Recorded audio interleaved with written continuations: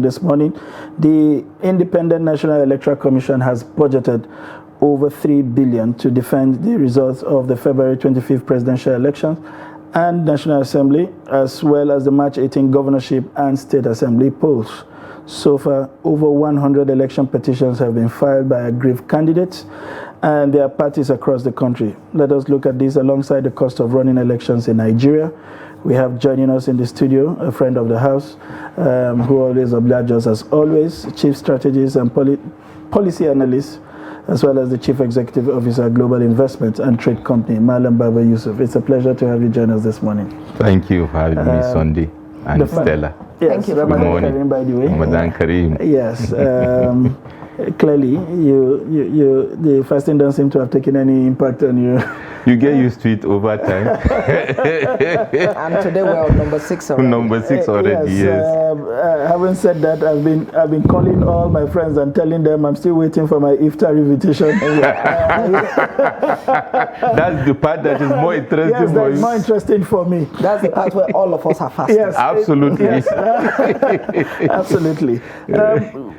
Recently, or rather in the last couple of days, INEC became clear or came to the public knowledge that INEC has voted $3 billion. Yep.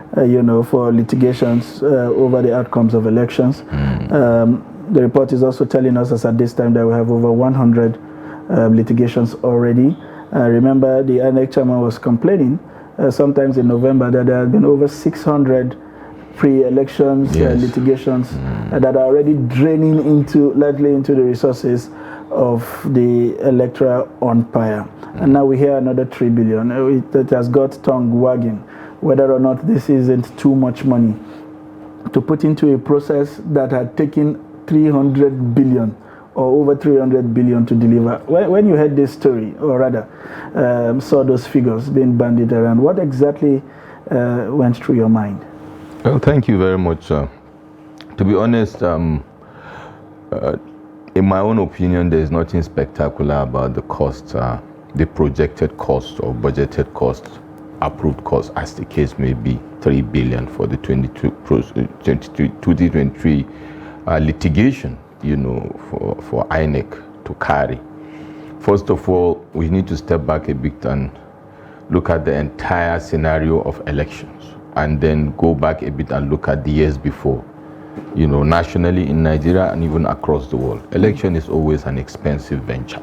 Okay, and if you look at even last year, around that same time, you mentioned the chair of the INEC, Professor Mahmoud, was talking about $2 billion, to sorting out election litigation issues, for 2022, 2023, $3 billion. Don't forget that this is a cost that is coming during a critical election cycle. This is the major election cycle, that comes around every 4 years: presidential, National Assembly, gubernatorial, and the state assembly. If you even look at it, this is INEC that is superintending the entire process nationally. If you ask around the costs of litigation that the politicians carry, then you can have an idea about how much money actually goes into the entire process. Presidential, you see if you look at the 3 frontline contenders, or 4, sorry, including the APC, PDP, NNPP, and the Labour Party presidential candidate, you see the kind of senior advocates, the team of lawyers they hire. Those guys don't come cheap. 19, 15 sons and their support system. The entire process is an expensive venture. Maybe further down the line, things may be lesser. Another factor that I think contributes, if we're now talking about the factors, could be what I call sometimes avoidable circumstances that lead to litigations. Some of the processes, probably if they were more transparent and better, looking at the entire the cost of setting up one of the game-changing platforms for this election, the BIVAS, the IRF, and all that, over 300 billion. One would have expected that would have scaled down, if you like, some of these, what I call ripple effect costs of election. Probably, if these things have worked 100% okay, one would expect. But then, as we know also, as our election, our polity is evolving, it is always difficult, even if it is the 100% transparent process, for a lot of people to take it wholesome and accept that people have lost elections. So, to my mind, the cost is expected. I'm not justifying it, but I'm saying it is always an expensive venture. Yeah, shortly after INEC said that it had budgeted 3 billion, the PDP quickly responded and said that, criticized them for voting that huge amount of money, saying that it's the money that could be used for developmental, to develop other sectors of the country. And then the Labour Party also said that if INEC had done what it ought to have done, this would not come up.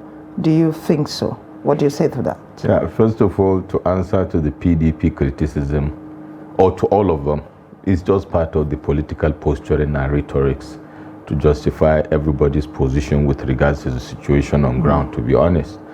Secondly, the position of the Labour Party is more or less what I said earlier, that probably if the execution of the electoral process has gone as expected or as planned 100%, especially with regards to the deployment of technology, you know, and the logistics angle of it, that maybe would have impacted positively in scaling down the cost of litigation. But like I said, political culture-wise, in terms of the political evolution of Nigeria, maybe the cost would have been marginally reduced, to be honest, because the natural instinct of politicians in Nigeria is to go to court to challenge the process, you know, of elections. But I agree that if the process is better, maybe it will scale it down a bit. But as we evolve, you know, is what will happen.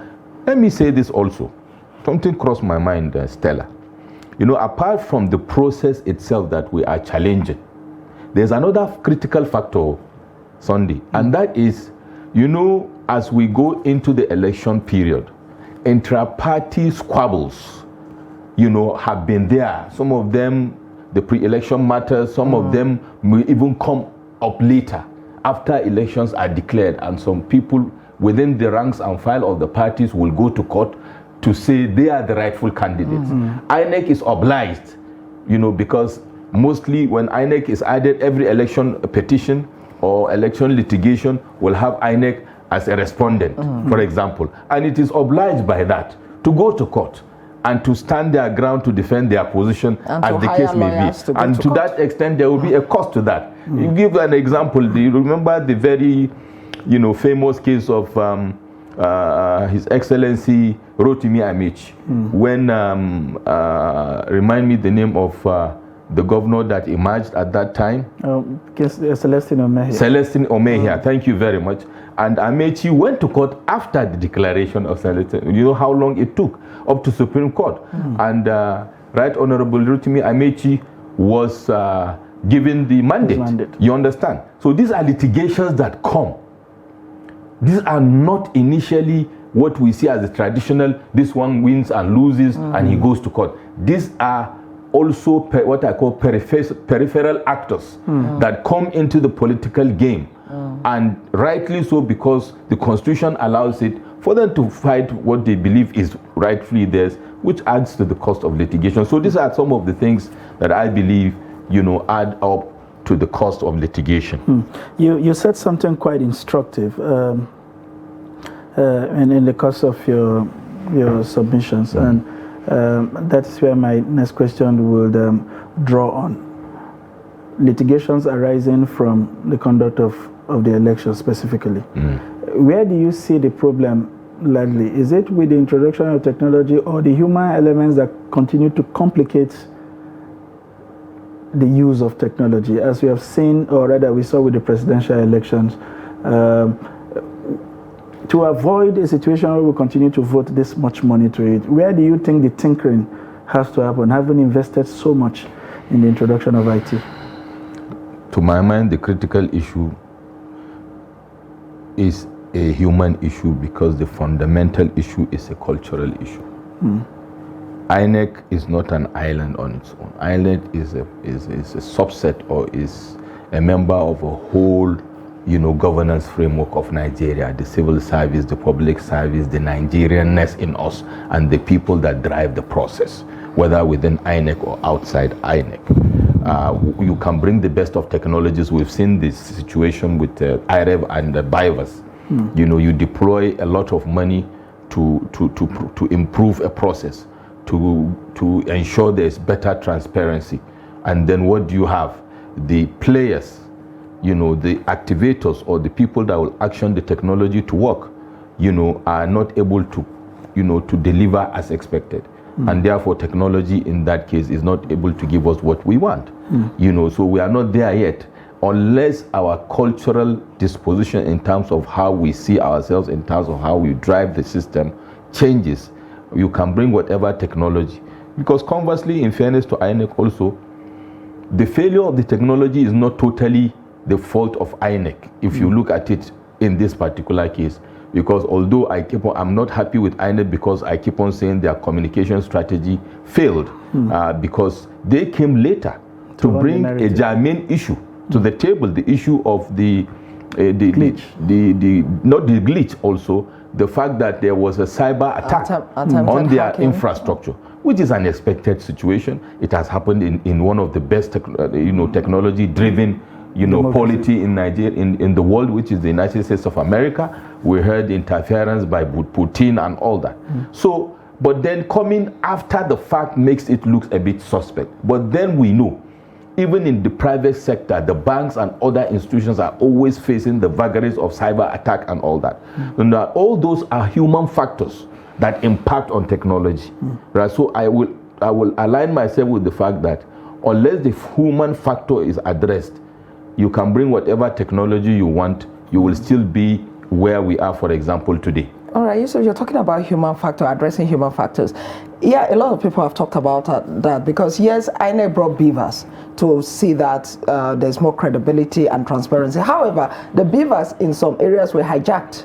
And we do know INEC will not ask that its own equipment should be hijacked. Yes. So it should be people who have interest in the election. Absolutely. So how do we manage that? Because, for instance, we have people who take part in a process. Maybe they also contributed in subverting that process, and they still go to court. Yes. So how do we deal with that? That is the dilemma of the Nigerian situation. It's not just in our politics, it's in the way we do things in our lives, Like you rightly said, the political players were undermining the process, and then going back on the sidelines and pointing accusing fingers at the electoral umpire or the political opponents. So it's like we are undermining ourselves in a manner of speaking. And now this is it requires a societal reorientation, a change of mindset, by the people of Nigeria, because the leaders, like I always say, are a product of a society, whether they are political leaders or whatever. And to that extent, unless there is that societal, revaluation and reorientation, a change of mindset, we'll continue seeing this. Sometimes we even know the players. It's not as if they are hidden, but then you don't, because there are no consequences for any action in Nigeria, all these kind of things happen. All right. Also, I recognize and appreciate the fact that everybody has a right to seek justice if you feel that, you have been undermined in any way. However, I've seen some parties in the presidential election, there's some parties that went to court. I had to go back to look at how many figures they got and what number they came. It was very, very, So is there a way, is there a way, I know it may not be democratic, but is there a way they can reduce the number? Maybe the first runner-up, second runner-up, third runner-up, so that somebody who came 10th or 12th doesn't say he's going to court? So long as we are practicing democracy, Stella. I saw a particular party yesterday and I was shocked that party was in court. No, it's okay. It's within their rights to do that, to exercise their franchise and to continue. But that will be adding cost to INEC's That is the point I'm making. So it's not just about INEC banding some amount of money or creating jobs for the boys, even if that is the case, but then there is justification for that, to be honest. And in fairness, unless you have proof, you cannot go that route. The fact is, there is, like I said, those are the kind of the peripheral actors I'm talking about that create the cost and this cost has to be carried because it's within their fundamental human right as provided in the Constitution to seek the redress, whether it is reasonable or unreasonable, whether it is realistic or unrealistic. And that is one of the costs that has to be carried, the burden that we all have to carry as a nation. Interesting. Interesting. Yeah. We will leave INEC on the sideline for now. I'm sure INEC will continue to reverberate